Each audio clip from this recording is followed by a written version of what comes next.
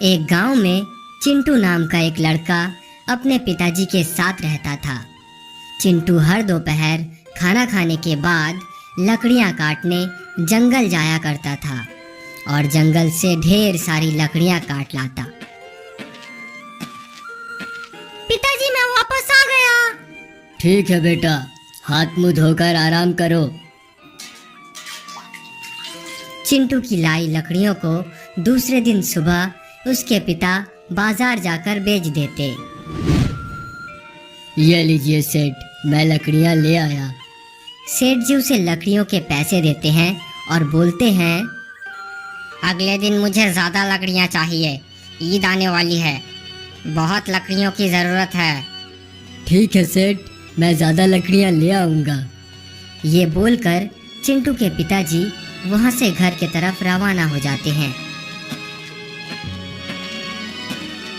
दोपहर को चिंटू और उसके पिता जब भोजन कर रहे होते हैं, चिंटू का पिता उससे बोलता है, चिंटू बेटा, आज जंगल से थोड़ी ज़्यादा लकड़ियां लाना, मालिक ने कहा है। ठीक है पिताजी। दोनों साथ भोजन करते हैं। भोजन करने के बाद चिंटू अपना कुदाल और रस्सी लेकर जंगल की तरफ निकल पड़ता है।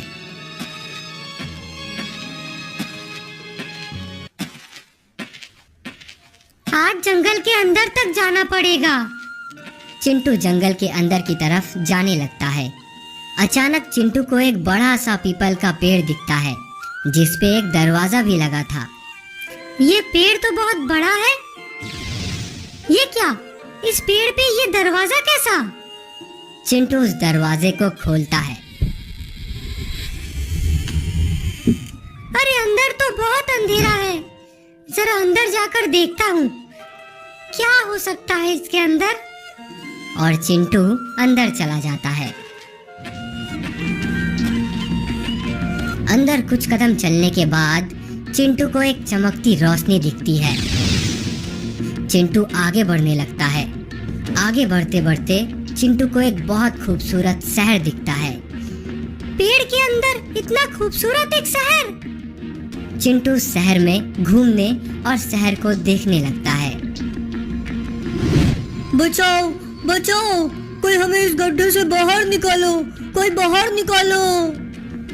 चिंटू गड्ढे के करीब जाता है और देखता है गड्ढे में दो लोग फंसे हुए हैं। तुम लोग गड्ढे में कैसे फंस गए? रुको, मैं अभी बाहर निकालता हूँ। चिंटू अपनी रस्सी नीचे फेंकता है। इस रस्सी को पकड़ लो।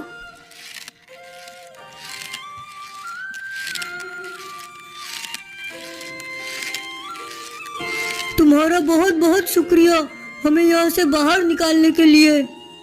इसमें शुक्रिया कैसा? इंसान को मदद करनी चाहिए। तुम इस जादुई शहर में क्या कर रहे हो? एक पेड़ के अंदर से मैं यहाँ आया हूँ। अच्छा, तो तुम जादुई दरवाजे की मदद से यहाँ पहुँचे हो। वो दरवाजा 10 साल में बस एक दिन के लिए ही खुलता है और आज शायद वो दरवाजा खुला है। क्या?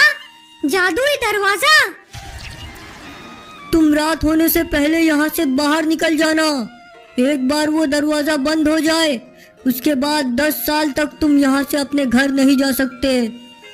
ठीक है, मैं चला जाऊंगा। रुको, ये छोटी सी लकड़ी अपने पास रखो।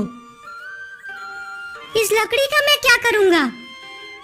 ये कोई ऐसी वैसी लकड़ी नहीं है। इस लकड़ी को संभाल कर रखना।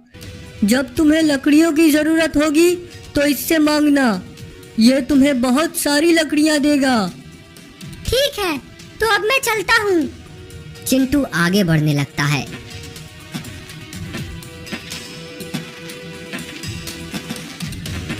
कुछ दूर चलने के बाद उसे एक बूढ़े दादाजी दिखते हैं। क्या हुआ दादाजी, आप परेशान दिख रहे हो? बेटा, मुझे लकड़ियों की जरूरत है। मैं काफी बूढ़ा हो चुका हूँ, इसीलिए बहुत परेशानी होती है। रुको दादाजी। ए जादुई लकड़ी, मुझे ढेर सारी लकड़ियाँ चाहिए। और वहाँ बहुत सारी लकड़ियाँ आ जाती है। चिंटू वो सारी लकड़ियाँ दादाजी को दे देता है। बहुत बहुत शुक्रिया बेटे, तुम बहुत अच्छे बच्चे हो। इसमें शुक्रिया कैसा, इंसान को हमेशा मदद करनी चाहिए। ठीक है दादाजी, अब मैं चलता हूँ।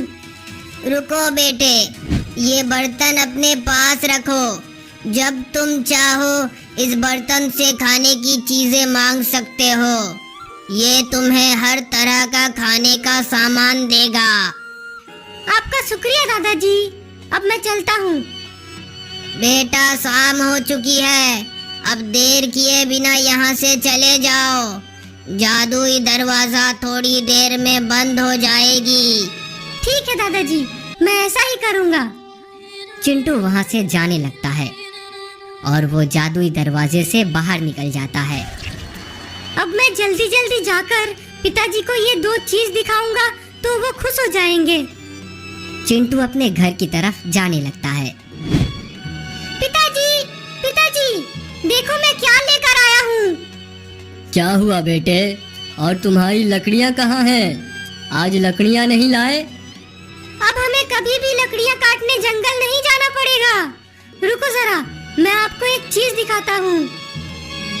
ए जादुई लकड़ी, मुझे लकड़ियाँ दो। ए जादुई बर्तन, मुझे खाना चाहिए। चिंटू के पिताजी बहुत खुश हो जाते हैं।